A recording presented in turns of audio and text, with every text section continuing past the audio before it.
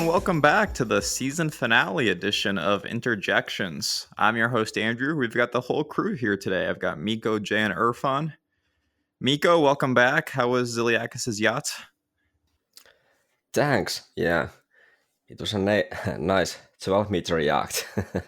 But yeah, I flew back yesterday and listened your episode from last week, and yeah, it was a good stuff. Good stuff about from some wild and almost horrible takes by Jay regarding Lautaro and Barella. But let's leave it that there. Yeah, good to be back.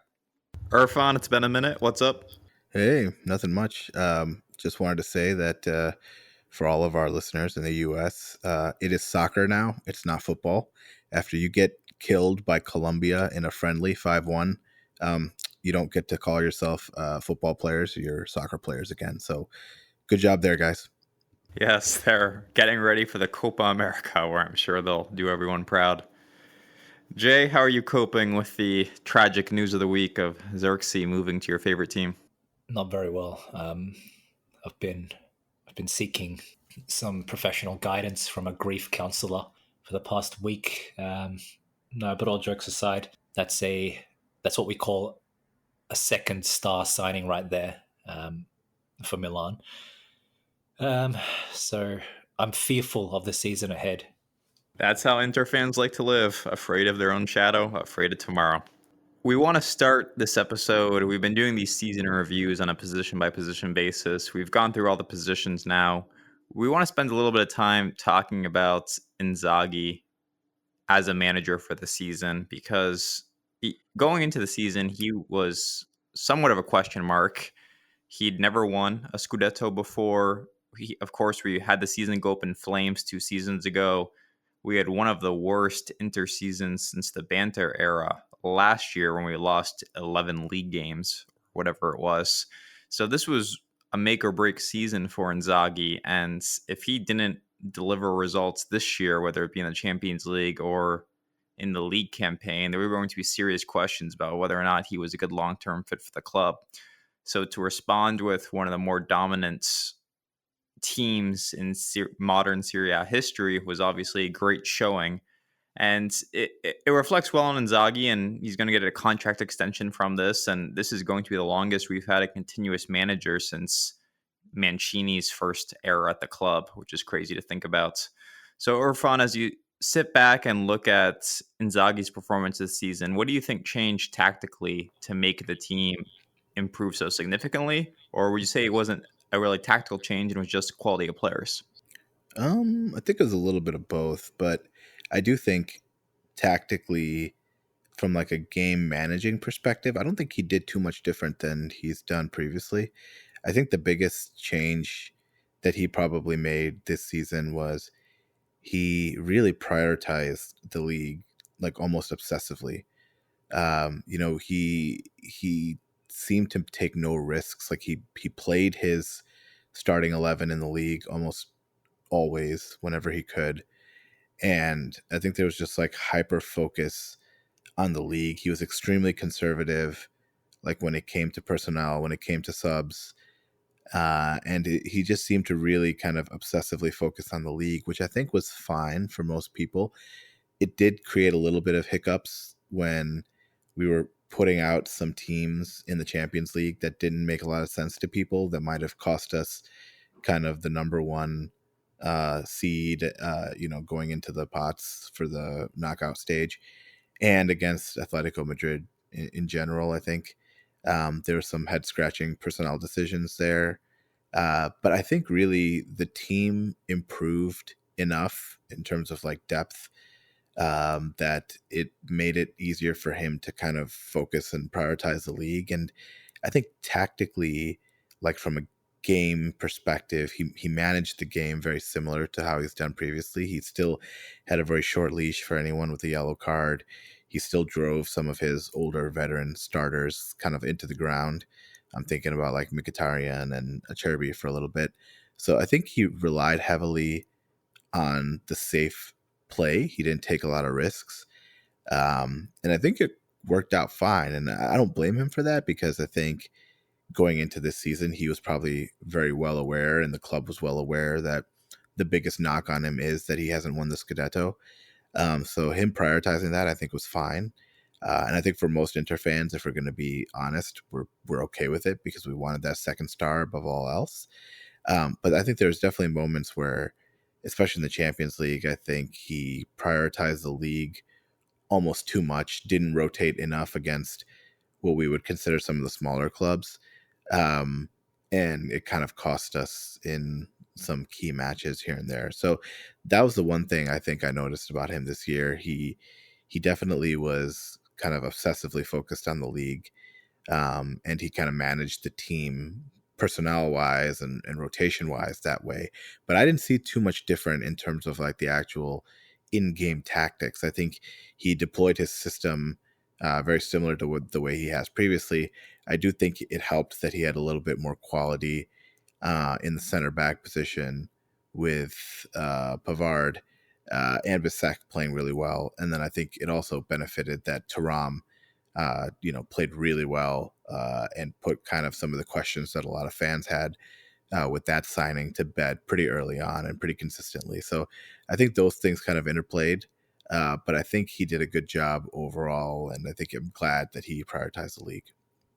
No one can complain about the league campaign. It was perfect in every regard. They won it with, 5 or 6 games to spare. It was really the perfect Scudetto campaign. Things didn't go as well in the cup competitions this year, which, to Irfan's point, was maybe as a result of Inzaghi's prioritization. We played 2 games against Sociedad where we pretty much rolled out the B team, didn't win either, and as a result, finished second in our Champions League group. You know what happened from there with us going out to Atletico.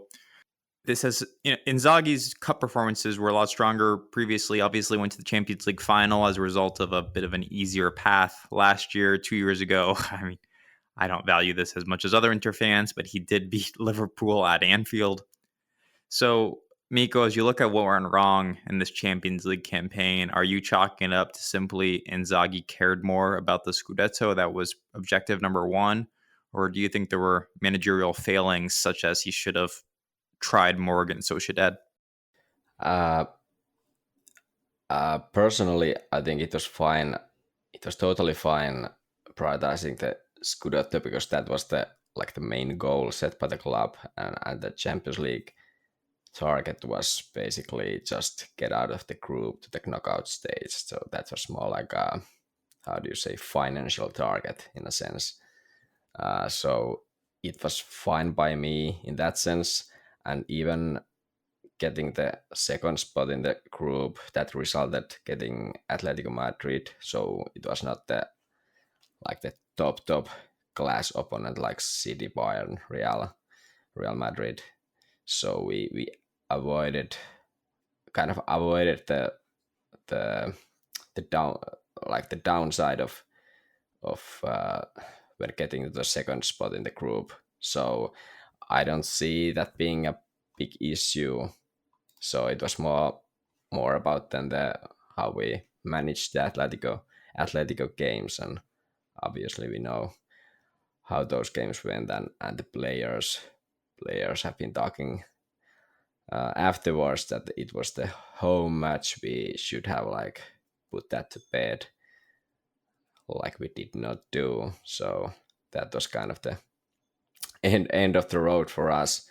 But I don't see the group stage being the issue. I think we did that pretty well, in a sense that we were the main objective was Scudetto. So that's the focus. We use all our players in those matches, and then we put the reserves in the Champions League matches. That's fine by me if that's what the club wants. And Inzaghi saw that, okay, we need to do it this way, and we did really well in the first part of the season. We didn't lose too many points there, so I kind of understand why he did that. But yeah, it was fine by me, that kind of decision. I know someone who that decision won't be fine with, which is Jay. Jay, what do you think of Inzaghi this year? I don't think I have any additional questions for you on top of what I asked Irfan and Miko, other than would you have liked to see him rotate more in the league, especially once the league was over, and give more developmental opportunities to like some of these younger, unproven players? Like Inzaghi has a bit of a reputation for never playing youth. Do you think this was a missed opportunity this season, just considering how easily we won the league? It's a yes and a no. I do wish he had rotated more, but not when the season was over, and not for the purposes of playing, like the Aslanis or the Biseks in the squad. I wish he had rotated earlier in the season when we were actually competing on multiple fronts, because, I mean, obviously hindsight is always 2020, but I really do think we had capacity to do it. I don't think we won.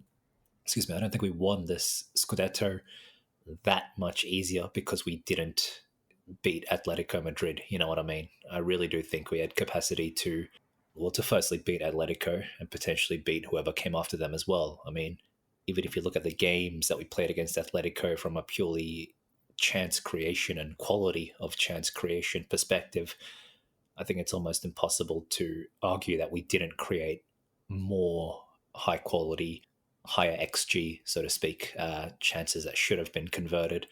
Lautaro obviously missed a handful of chances. Arnautovic missed a handful of chances. So I really think we could have done it. And part of that does come back to the rotation.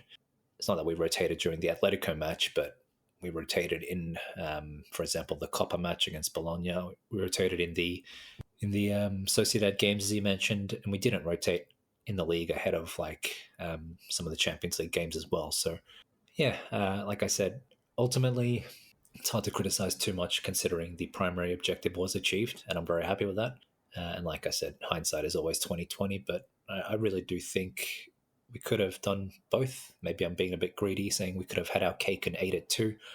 And hopefully, it's a bit of a lesson for Inzaghi moving forward to be a bit more adventurous in his management, be a bit more, yeah, for lack of a better word, I'm going to say greedy. It takes a certain kind of manager to want and to go after everything.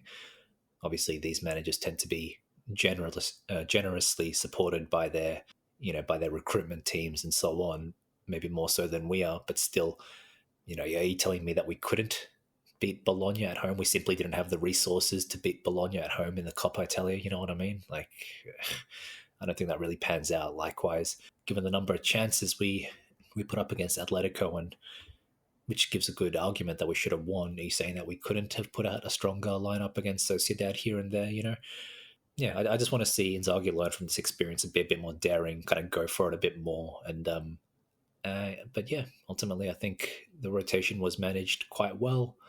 Would have liked to have seen a little bit less Mkhitaryan, especially towards like the second or the last third of the season. Otherwise, I don't really have too many complaints. Yeah, I'll just add one thing. I think what I find interesting is that if you look back at the season, if you kind of ignore the garbage matches, which were like the ones in the league after we had already won the Scudetto, the only matches where I really feel like Inzaghi was kind of either unprepared or outcoached or outclassed was really that Sassuolo loss that we had, that Bologna match, where Mata, I think, kind of sucker punched us late in the match, in the Copa, and then that's really honestly it. Like even in the Atletico matches, I don't feel like Inzaghi was necessarily at fault there. I think in that first leg we just couldn't score the goals that we needed to score, and in the second leg I think we were generally fine. We just kind of broke down towards the end. But other than that Bologna match and that Sassuolo match, I can't think of a match off the top of my head where and that first leg against Sociedad, that one was pretty clear that like the team just was not ready to face what they were facing against that club. So other than those matches, I felt like he was pretty prepared, and the team was like well prepared for success in all the matches. I don't think that he was like tactically outmaneuvered. And the other thing I'll give him credit for this year is that in most of the key kind of derbies, he delivered pretty well. We drew against Juventus once, and I that draw was a little bit disappointing because we talked about it during the season, but we kind of played that match in like a timid way, thinking that this is that same old Juventus that has owned us for a while, even though this is like probably the weakest Juventus we've faced in a long time. So we were kind of playing the club, the reputation of the club versus like where they were on the actual pitch and where they were in the standings. So it was like the weakest Juve team we've played in a while, and we didn't really come across playing very well against them. So that draw was a bit disappointing. And then we won the second leg in the league, but even that was like a very underwhelming game. I think we won with an own goal. So it was just one of those things where, you know, I think overall, obviously dominating Milan was great, and our results against some of the bigger clubs otherwise were key and well done by Inzaghi. So I think he also did a good job of just making sure that the matches we really, really needed to win, like some of those like 6-point matches in the league, he did a good job of making sure we got those, which I think was also key for the season. Yeah, and it's hard to complain about Inzaghi when he is the reason why Pioli gets fired from Milan when you win. What are we at, 6 in a row now over him? It's a tremendously impressive performance. You see Allegri get sacked, although I'd argue Allegri didn't get sacked for his performances against Inter. It was his performances against everybody.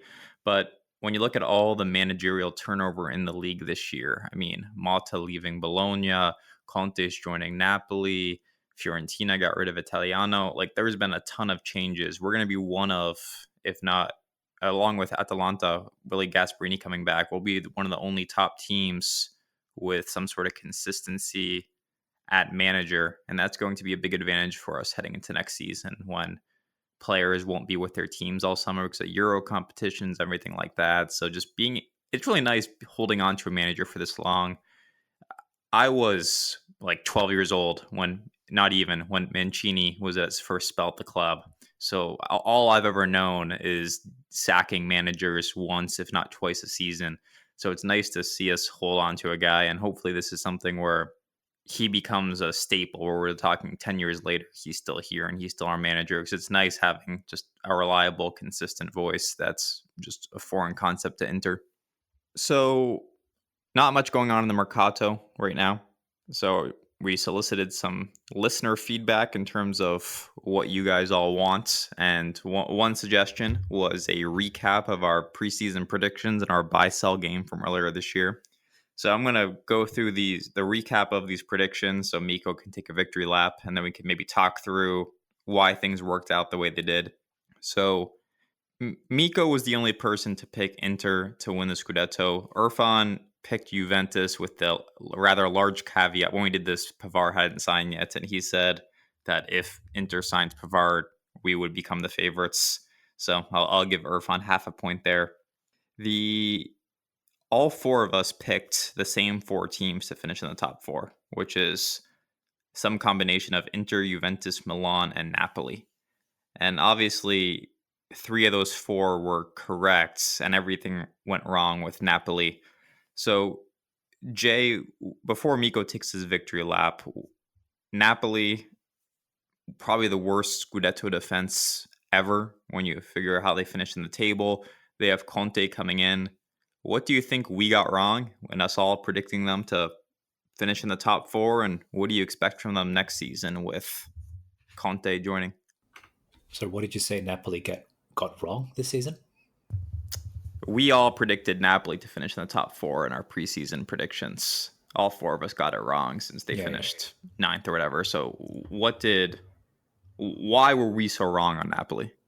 If we all unanimously predicted Napoli to finish in the top 4 after Napoli hired Rudy Garcia, then we should all take a long, hard look at ourselves, because that's inexcusable.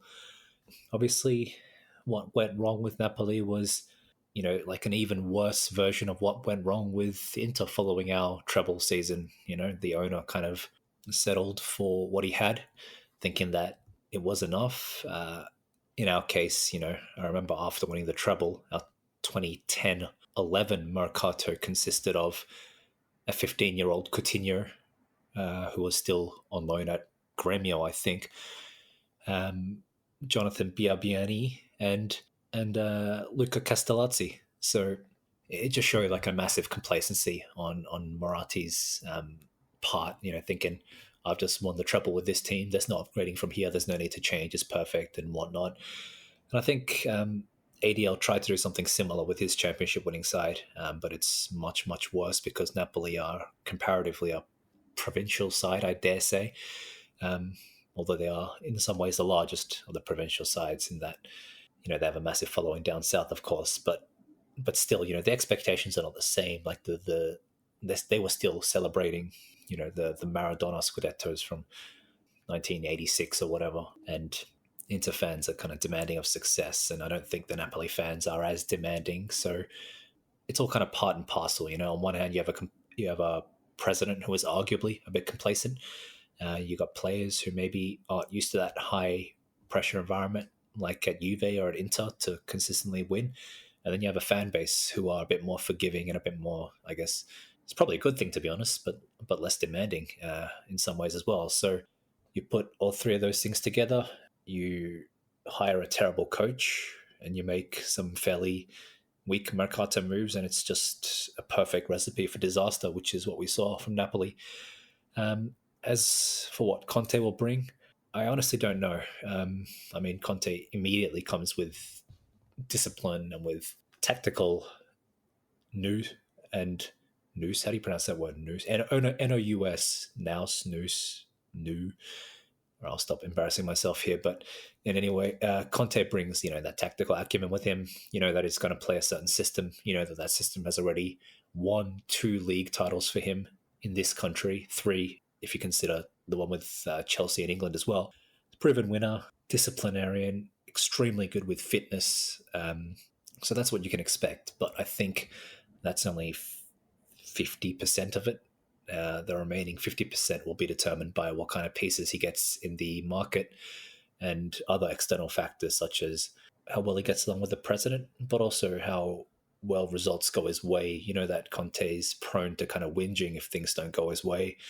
Is prone to kicking up the hornet's nest and, just hurling accusations every single way, except at his own direction. He'll never look in the mirror, but he's happy to kind of blame everyone else, as brilliant as a coach he is. So what do I expect from Conte next season? I expect some great press conferences.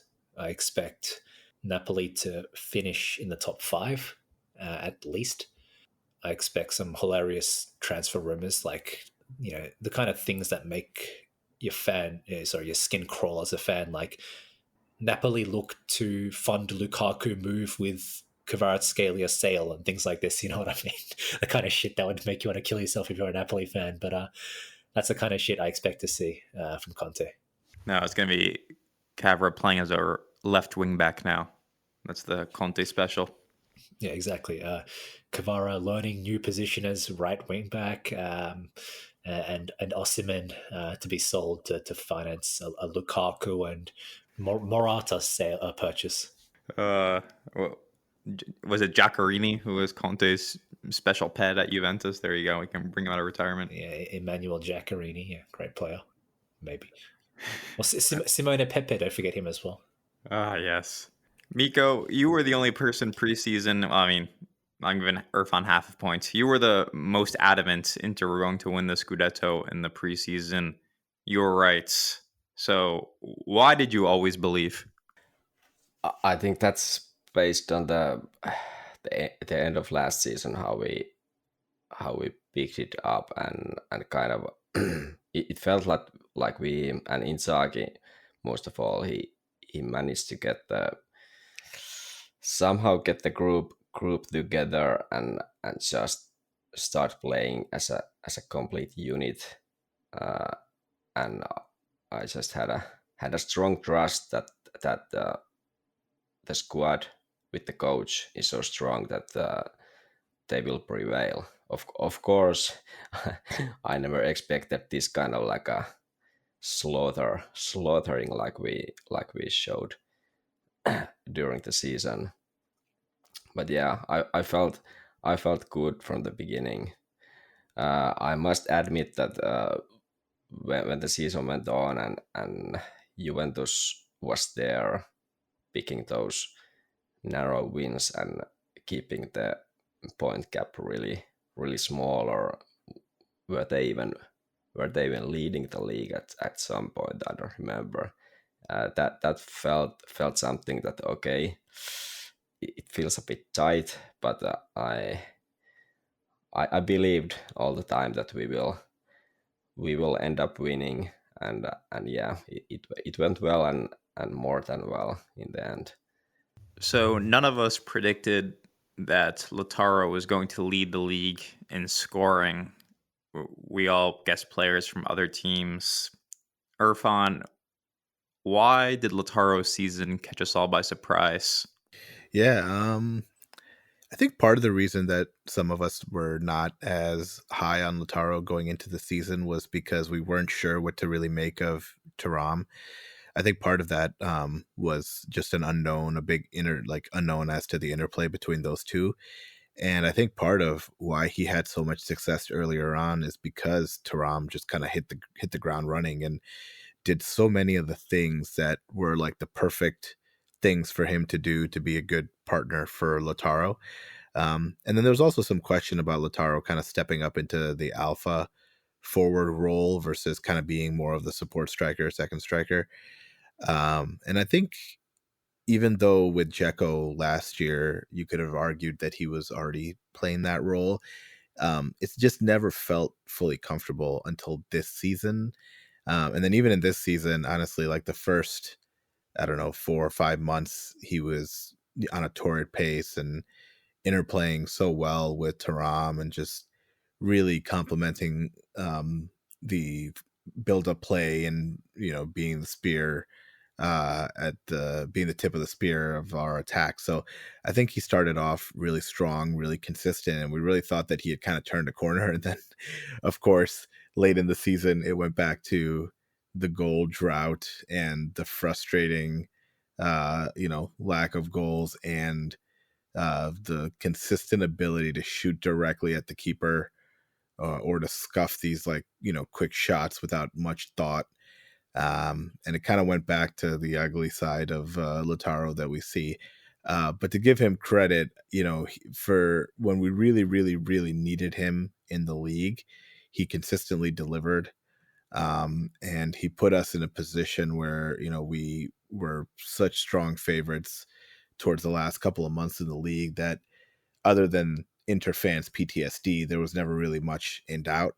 So I think there's a couple of things that he fixed, and I think the biggest thing was that his interplay with Thuram was really good and better than I think what most people expected. So that led him to have a very strong start to the season and a very consistent start and middle of the season, which has always been the biggest knock on him, is that he'll go through massive periods of like goal droughts and just kind of disappear. So luckily for us, that didn't happen till the very end when most of the stuff was already settled. So no harm, no foul, I guess, unless you're Jay.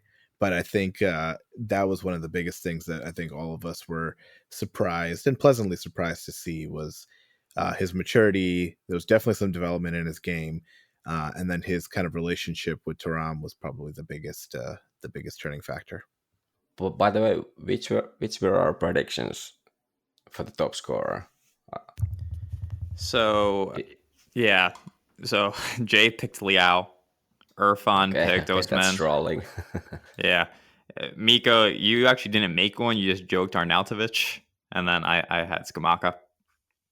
Oh, I didn't have any. Okay. Yeah. So I'm not going to let you off the hook next year. I'll make sure you actually get one out.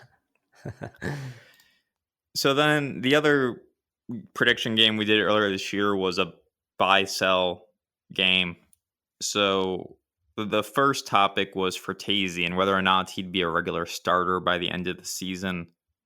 Irfan and I bought this. Jay and Miko sold this. I'd say the answer is definitely sell. He is not a regular starter. He still was excelling in cameo performances. We've talked a lot about Frattesi. We talked about him in our midfielder season review. But Miko, do you want to just add anything on why you were right in that Frattesi is not a regular starter in this team? Yeah, maybe this is a bit of a repeating what we talked before. And honestly, I don't remember what what I said when I predicted this, but I think the playing style is the reason why he's not going to be there, and probably not going to be there next season either. Especially as we are going to get Zielinski, and I feel like he fits better to play there on the left. And because Frattesi he's going to bench Barella out of the starting lineup. Although one thing is, if we want to change our style a bit and shift Barella on the left and then keep Frattesi on the right to do his thing, that might change, but might change Frattesi's status. But I think that might require some other right wing backs than what we have at the moment.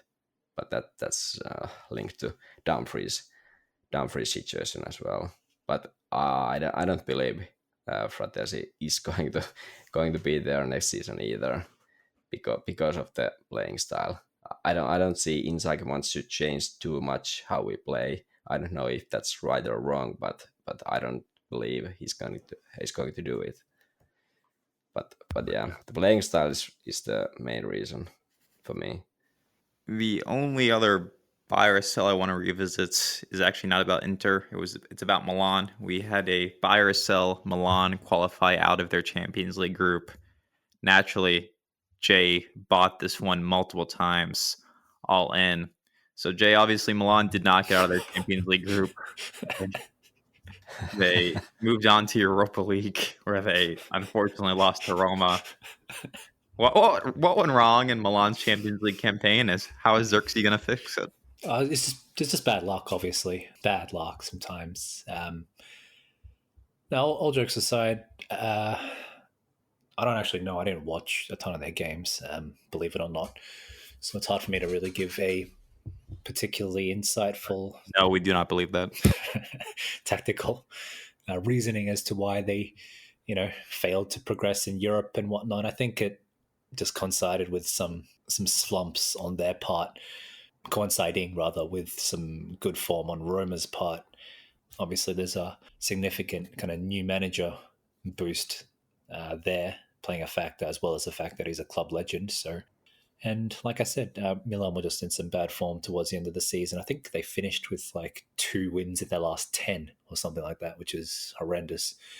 And yet they still somehow overtook Juventus to finish second, which just goes to show how disgustingly shit Juve were in the latter like third of the season.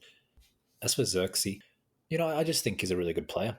Yes, he didn't score like that many goals, but in some ways he's not your typical number 9. In some ways I do think he can develop to play there.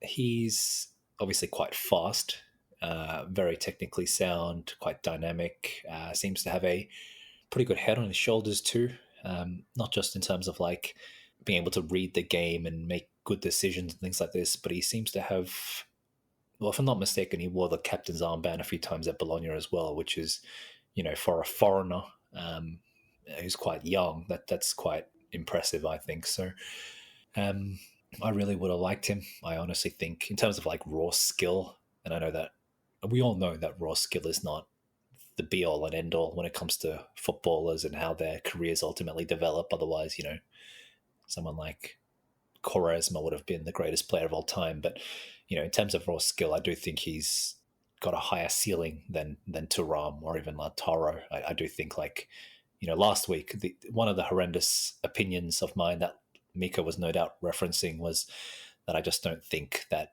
Lautaro's got very sharp building blocks in his game. He's not a very technical player. It's not like he's a great dribbler or a great finisher or anything like this.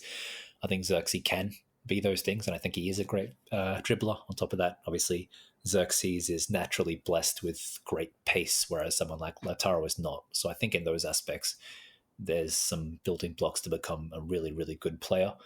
Um, but that's not to say he'll become, you know, that's not to say he will be undoubtedly a fantastic player either. I'm just saying that the raw kind of ingredients are there. So I think at the price that Milan are paying, which is like what, 40 million, I think that's a more than fair enough gamble to take, especially in their financial position, especially given that Giroud is gone. And so it's not going to be like a situation where he has to be on the bench for better or worse. He's going to be kind of thrust into the limelight, and he'll probably take the number 9 shirt now that Giroud's gone, and he'll be the kind of main starter, and he has no option but to deliver. So in some ways, that's, the pressure might be a bad thing. In another way, um, the stage really is set for him, and it's just up to him to take that opportunity.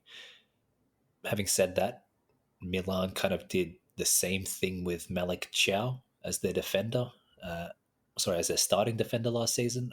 I remember kind of like casually observing the Serie A transfer market last season. I'm like, okay, these moves are happening.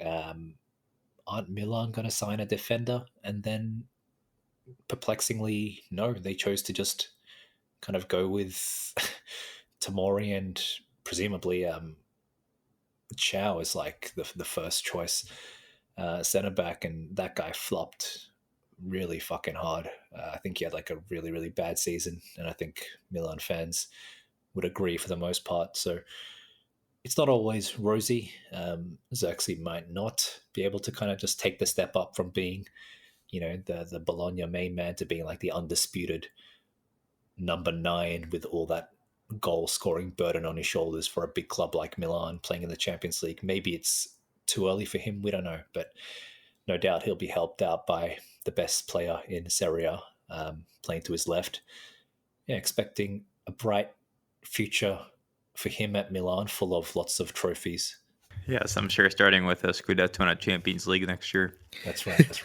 Look, so on Xerxes, let me just add, like, I think Jay touched on it, but kind of glossed over it in his dedication to Milan.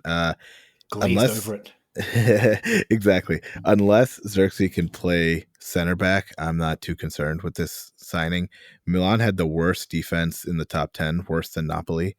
And honestly, like, it wasn't even a situation where like the goals scored against maybe didn't reflect the way they played on the pitch. Like, their defense was abysmal throughout the season.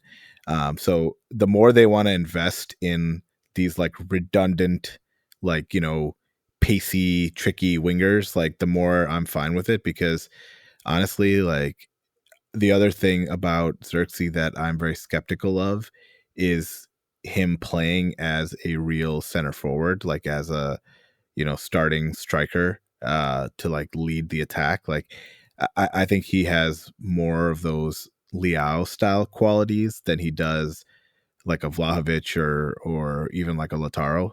So, if they're really going to rely on him to play number 9 and to replace Giroud, where I'm sitting right now, I don't see that as necessarily being a great gamble. Again, the cost isn't huge for someone that talented, I agree, but just his skill set as of now doesn't seem like the kind of skill set that you would need as a reliable goal scorer at the head of the attack. He's more of a kind of playmaker style forward, which is great, but they already have Leao and they already have some of these other guys like Pulisic and even Chiquese and the other guy that they have who came across later in the season and scored some goals for them. Like, all those players seem like very similar players to me. They don't even necessarily seem like they would complement each other that well. We already saw Pioli like get desperate and try to play Leao as a forward, like as a center forward against us, and that was just like an epic disaster because it took away like every advantage that he has. Like, there's like a real skill set you need to play as a striker, as a real center forward. And if you're like a pacey winger who really depends on their speed and depends on their ability to operate in like large spaces and kind of run past people, like you're really stifling that player when you kind of put them in the box as like a center forward, expecting them to do the sorts of things that like a Dzeko would do. So like I'm skeptical as of now that it's going to work. Now Xerxes is very talented, so maybe he, like Thuram, ends up being a much better, center forward type, sole striker than so far his career has shown. But again, until they fix that defense, and honestly, even their midfield needs a few upgrades. Until they can figure all that out, signing another attacker whose skill set doesn't even necessarily complement what they already have doesn't seem like a super prudent move to me. Yeah, I agree 100%. I think they still need a proper goal scorer, even if they sign Xerxes. So, and Xerxes won't, as said, he's not actually cheap. It's not a lot of money in these days market for a guy talented as him, but it's still a lot of money, and it's a big salary. It's reported to be of 5 million net. So I'm really curious to see, will they sign another striker to replace the Giroud's goals he's scoring, because hard to see Xerxes playing like Giroud, or of course he's not gonna play like him, but like replace the goals Giroud can pull off.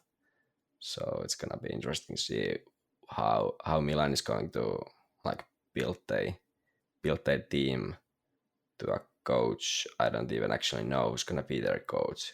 Is it Fonseca who's going to be the one? Because he It hasn't. looks like it, yeah. Yeah. So I'm not completely sure how Fonseca is going to play. Is it like a 4-3-3 or something like that? Because that would, in my mind, that would require to have some kind of a goal scorer up there.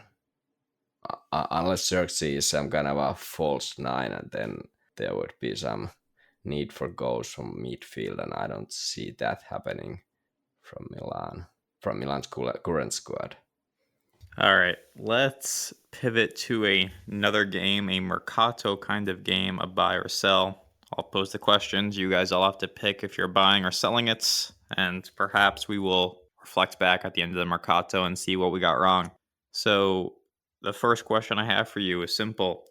Is Dumfries an interplay, or let me phrase this better. Denzel Dumfries will be an interplayer at the end of the Mercato. Irfan, buy or sell? Man. I think buy. I just don't see.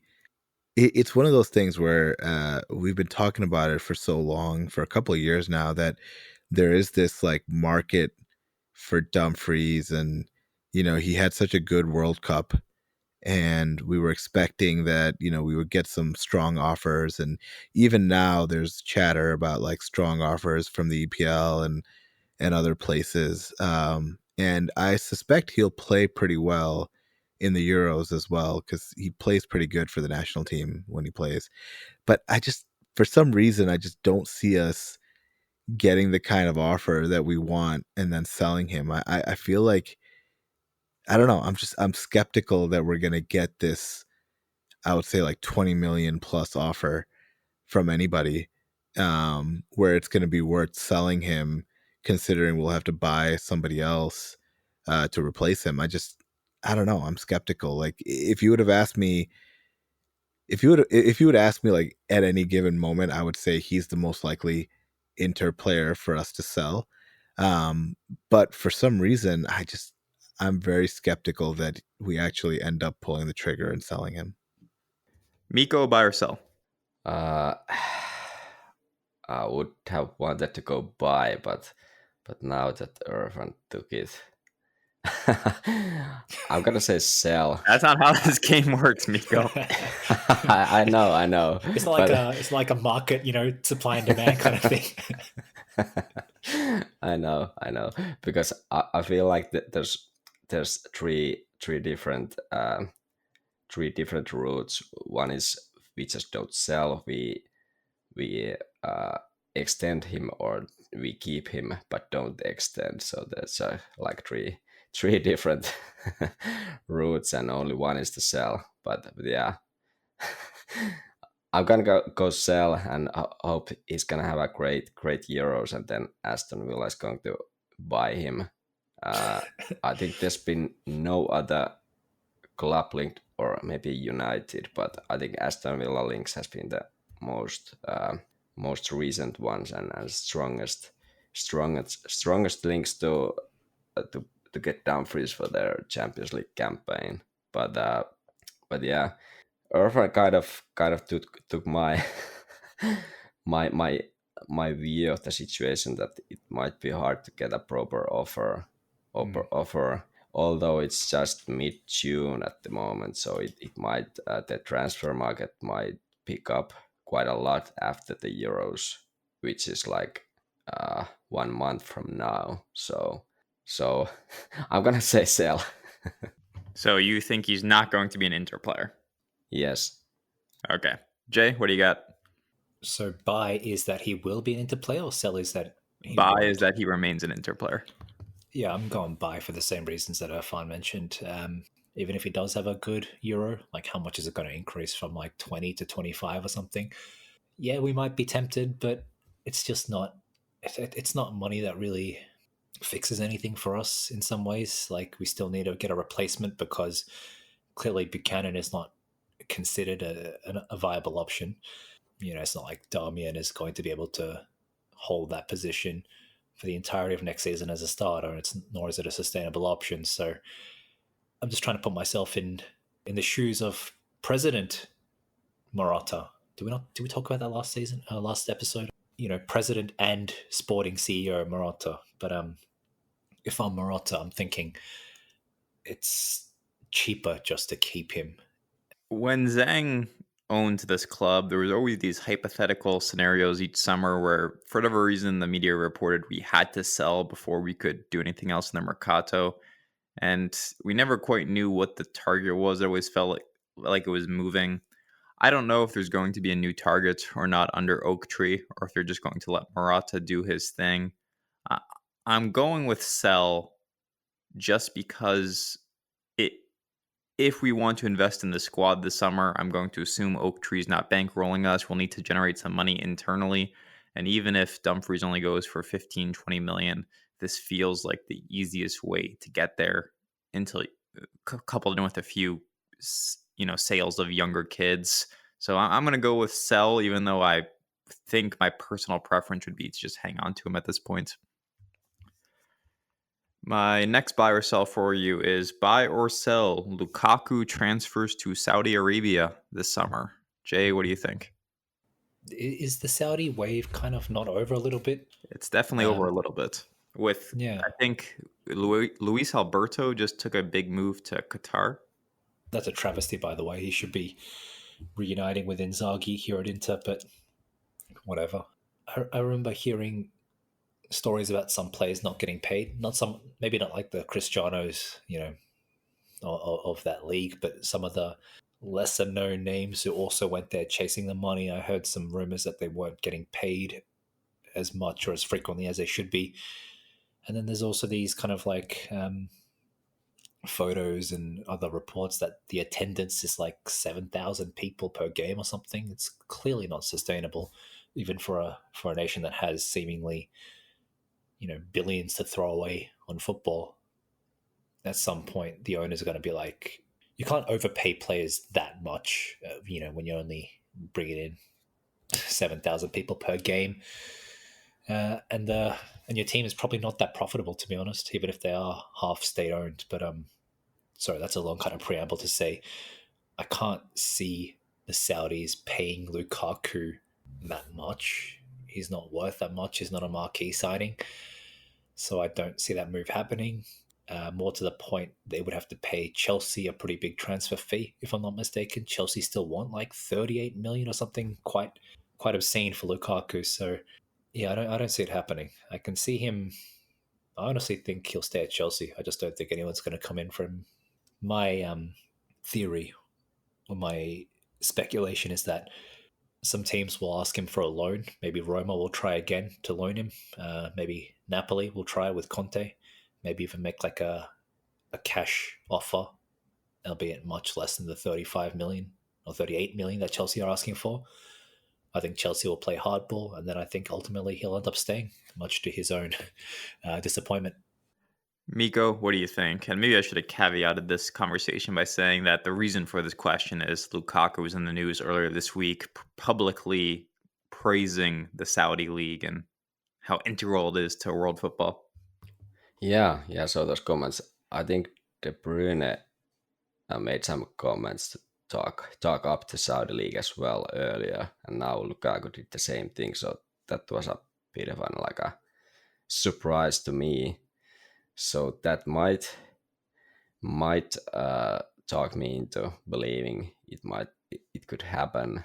Conte signing with Napoli, like Jay mentioned, it feels like that's like a match made in heaven, especially as Osimhen seems to be leaving. It's kind of like an agreement between ADL and Osimhen that he will leave this summer. So Lukaku would be like a great replacement for him, for Conte, of course. And he would like get like almost 100 million in between Osimhen and Lukaku swap. So that would make sense for the president there. But yeah, well, I'm gonna say no or sell. I don't think he's gonna go to Saudis. I'm gonna predict the Napoli move instead. Irfan, what do you think? Yeah, same thing. I think he's going to go to Napoli. I'm not buying him going to Saudi Arabia despite his praise. He's just such a weird dude. I'm so over any news involving him. I just, let him do whatever he wants. If he wants to go to Saudi, fine. But I think he'll end up at Napoli, and I'm sure he'll change his mind and project some story in the media 500 times before he does anything. But I'm just, if there was ever a player that I just don't want to hear from again for a while, it's definitely Lukaku. I'm going to buy this one. I don't have a great reason for it. I know last year Chelsea tried to whisk him away to Saudi Arabia and he said no. And I know they have some connections there because they were routinely able to dump their garbage into that league last year. I actually respect Conte for some reason I can't explain. And I think he knows that this guy is completely washed enough that he's not actually going to target him as a transfer. He has I don't know if he's going to be able to hang on to Osimhen, but he has a better, younger version of that already on his team. He knows better. So we'll see what happens, but I don't think Napoli goes for him. All right, next up, buy or sell. Inter spends more than 15 million on a reserve keeper. I'll start with Miko. That's a good one. There's been so many rumors of this.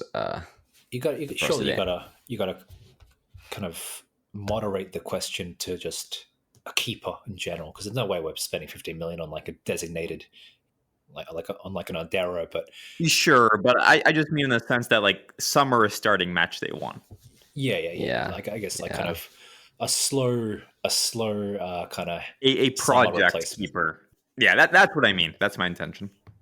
Yeah, like you discussed in the previous episode about the long change of the status of the keepers. But yeah, I'm gonna go with yes. I think Marotta really wants to do this now, and they don't want to go with the cheap options, and they will figure out something either with, if not with the Bento move, if that comes hard with the I don't remember what's the club who's trying to or who's owning owning Bento at the moment, but maybe they try to squeeze the maximum money from some English clubs perhaps. So then it could be who's the Genoa guy? I don't remember any of these guys' names anymore. Martinez. But then Martinez. yeah, that one.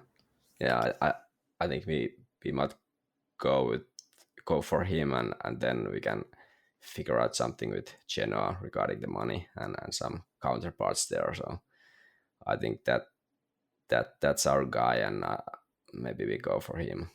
So yes, bye. Jay, buy or sell? These are great questions, honestly, because none of them are easy as far as I'm concerned. I can totally see us, like I said, I can totally see President Marotta doing the Marotta thing and just going with the status quo and relying on on an older guy like a Cherby or someone for another season, especially considering the levels they played at last season. At the same time, Marotta isn't an idiot, and if there is a good business opportunity to sign someone like Martinez now or Bento now, then I think they could do it. I could see him doing it. I really could. As for Bento, don't get me wrong. Obviously, the English teams have the money, but I feel like we have some kind of good connections with some of these. We've had players like Lautaro join us largely in part due to work done by Zanetti and work done by Milito. You know what I mean? We've had players like Shaqiri join us through someone like Karl-Heinz Rummenigge from Bayern Munich. So we have some sneaky connections here and there. So I can see a future where those connections are utilized to kind of get a Bento move across the line. So I don't think Bento is like completely out of the question. For some reason, I can see an instance of Bento preferring to join us over some dipshit Premier League sides. We all know that a lot of the South Americans tend to prefer the kind of cultural similarities between Latin America and some of the Mediterranean countries / Spain. So I can totally see us signing Bento. I could see us spending up to 20 million on him. But like I said, simultaneously, I can totally see us just going for another season with Sommer as the number one and just loaning some other guy as the number two. Irfan, buy or sell? I'll buy it as well. I think we'll spend some money on goalkeeper. And nowadays, like 15 mils, just like nothing. So I do think we'll end up buying somebody, and it'll probably cost a little bit north of 15 mil. The club does seem very, very interested in Bento, and they seem to have like targeted him and identified him as the next kind of great keeper for us. So I think we'll spend, and I think we'll buy him this year. It just doesn't seem like the club has too many other needs financially. So I think splurging a modest 15 to 20 million for a goalkeeper is something that we are likely to do and probably likely to do this year. I'm Sorry, buying. just quickly. Irfan makes a great point on that. Like the needs, we needed a reserve striker or a backup striker. We've got him in Taremi. We needed another midfielder. We got him in Zielinski. So technically, my opinion would differ, but maybe from the management's perspective, we don't need to spend more money on those positions, right? Which kind of frees up the budget elsewhere. So that alone is like a good indication of us potentially signing a keeper. But sorry, go on. Yeah, no, that's the point I was going to make, which is I bought that we're going to sell Dumfries. We need to use that money somewhere. As much as I'd like to see it spent on a center back, I think goalkeeper is just the most likely position at this point. So I'm buying this one. I've got two more of these. We'll try and get through them quickly because I know we're running long here. Buy or sell? Chiesa leaves Juventus this summer. Irfan, what do you think? Sell. I think he'll stay. If Allegri was still around, then I would say it is a buy. I think he'll leave. But I don't think he's going to leave. I think he'll stick around. Mainly because I don't see like a great alternative destination for him, nor do I see a potential windfall for Juventus selling him so low. I think he'll stick around and see what he can do with the next manager. There are a lot of links with him joining Conte and Napoli. There are some people saying Juventus want to sell him, but you never know what to believe. Miko, buy or sell? Sell as well. I think Motta is going to like him, and yeah, I don't see Juve getting a good deal trying to sell him. I think his contract up like next summer, so they need to. They need to make a decision here. Yeah, okay, that makes it a bit more trickier, but I think they will renew him. But yeah, that's a tricky one. I'm gonna go with sell still. Jay? I'm sorry. I'm going to ask again, which one's which?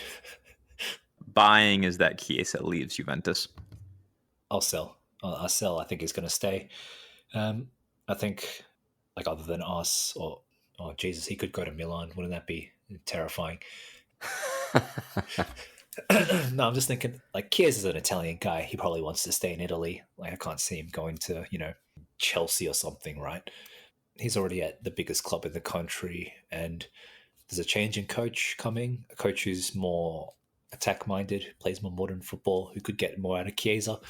And I think from the Juve management, like, they're not blind. They can see that Chiesa is still clearly like their best player, even more so than Vlahovic. When Chiesa's on, and everyone will see this at the Euro as well, Chiesa is by far Italy's best player when he's actually kind of fit and like on his game. So, I'm sorry, when you combine all those factors, I think the stage is set for Chiesa to have a pretty good season and to stay.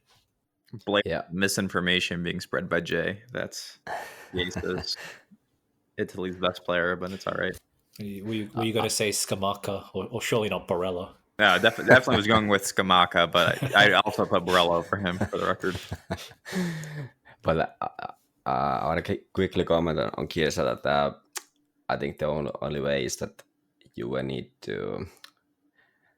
wants to finance their market with some player they're going to sell. So that's one option.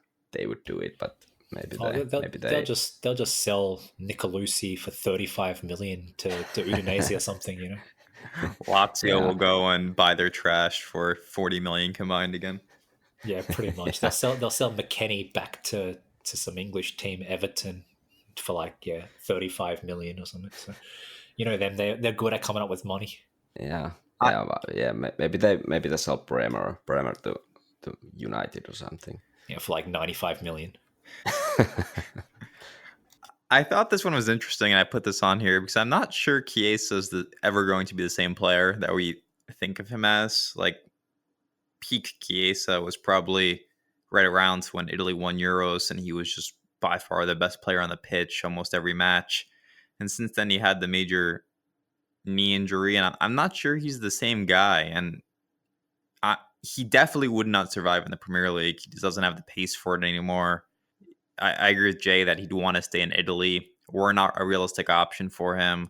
Milan's set at winger. So really, it's just Napoli. And I just can't imagine this is where they choose to spend their money. So I'm going to sell this one as well. My last one is over the past, really since Conte came here, and we've been playing this 2-striker system, we've always had 4 strikers in our rotation. It's always been 4 guys up top that we cycle through. So with all these extra competitions coming up, with some of the names we're being linked to, and the fact I know for a fact it will be impossible to sell Arnautovic, buy or sell, Inter next season play with 5 strikers in rotation instead of 4. What do you think, Jay? Jesus. You're essentially asking me, are we capable of offloading Arnautovic and Correa? Is that not what the question kind of comes down to? Well, there's a scenario where we keep Arnautovic and we just bring in a 5th striker who we rotate. Or if you want to be really cynical about it, you could just say we keep both Arnautovic and Correa, and those are our 5 strikers. Like, there's different ways of doing this, but either Lautaro, Thuram, and Taremi are locks.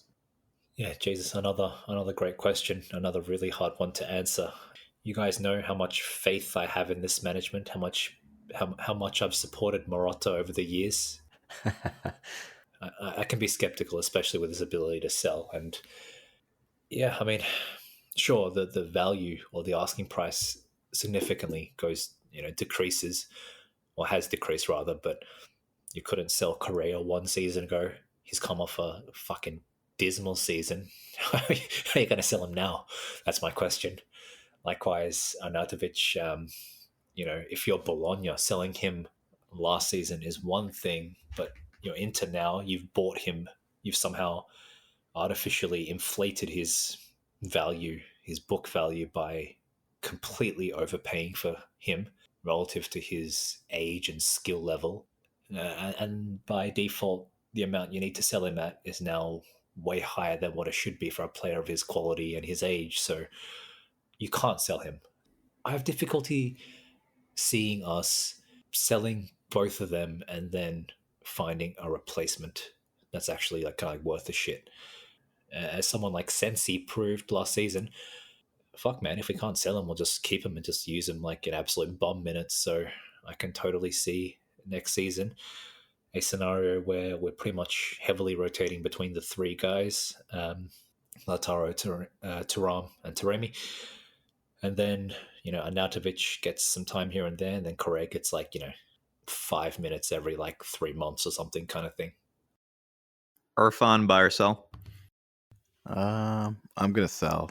I actually think we're gonna move Correa and Arnautovic, and we're gonna end up getting Goodmanson. So there's your hot positive take for the day. Oof. Wow, normally that optimism is only reserved for Miko. So, Miko, can you follow that up? Well, not perhaps that kind of scenario, but yeah, I'm gonna buy because there's much more scenarios where we have 5 strikers than, or maybe not much, but more scenarios where we have 5 strikers opposed to where we have 4. Since even if we sell just we dump Korea, so then we have 4 strikers. But then meanwhile, we might add some cheap loan striker. We might add some younger kid there to be like the total cheap option. Or then we go and dump both Korea and Arnautovic, and then we replace them both with Gudmundsson or someone else, and then we add some cheap guy there, because there's been so many rumors that Inzaghi would like 5 strikers, maybe because what happened in the past season, like we had some issues with the strikers, but yeah, maybe that depends a bit on the age of the players we have. Or the age of the strikers we have. Our bench strikers weren't exactly the top notch this in the past season, so maybe that's a factor too. But I'm gonna go with buy because the young kid option is always there. I'm going to go with sell on this one. I don't know. I don't have a strong inkling one way or the other. I guess I'm convinced we're going to be stuck with Arnautovic. And if we're spending big money on a keeper, if we're spending some sort of money on a center back, I struggle to see where the money's coming from for us to sign a 5th forward unless it's on a free, and there aren't many guys out there on a free we're going to want. Who's the center back? I'm just hoping we sign some sort of center back. I think it's a bigger priority than a 5th striker. We were just linked with Parola. Who the hell is that? Our former guy, Lorenzo Parola. I don't know Parola, where he is right now. Right. Yeah, Well, the guy who got relegated with Salernitana. that's right. But he's on the cheap, so you never know. The guy who couldn't get into the starting lineup at the team that finished in the worst points total in history or something. Yeah, that guy. That'll be good. Hey, this guy's a firm hairline, let me tell you. Good, strong hairline. But, we'll see how he defends, I guess. All right. The last thing I want to hit on before we wrap up, because I know we're going long here, is 30 seconds or less. Miko, who's winning Euros? England. Come on, that is not Miko. the right answer. Come on, man. Irfan, who's winning Euros? France. Jay? That was a truly disgusting thing to say, Miko. But I agree. I think England's going to win. I you know me, as a pessimist, I'm always kind of expecting the worst or most insufferable, most intolerable thing to happen, and that would be for England to win. So I can see it, Jude Bellingham rising above Bastoni after nutmegging God. Barella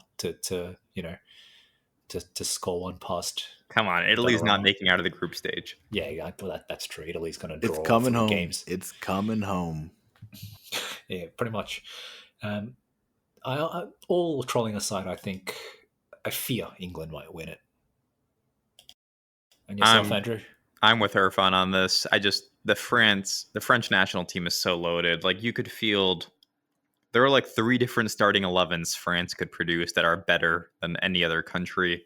They are the only national team who I'm confident would beat almost every club in the world. Like, Thuram is a depth piece on the French national team, and he's one of the best strikers in our league.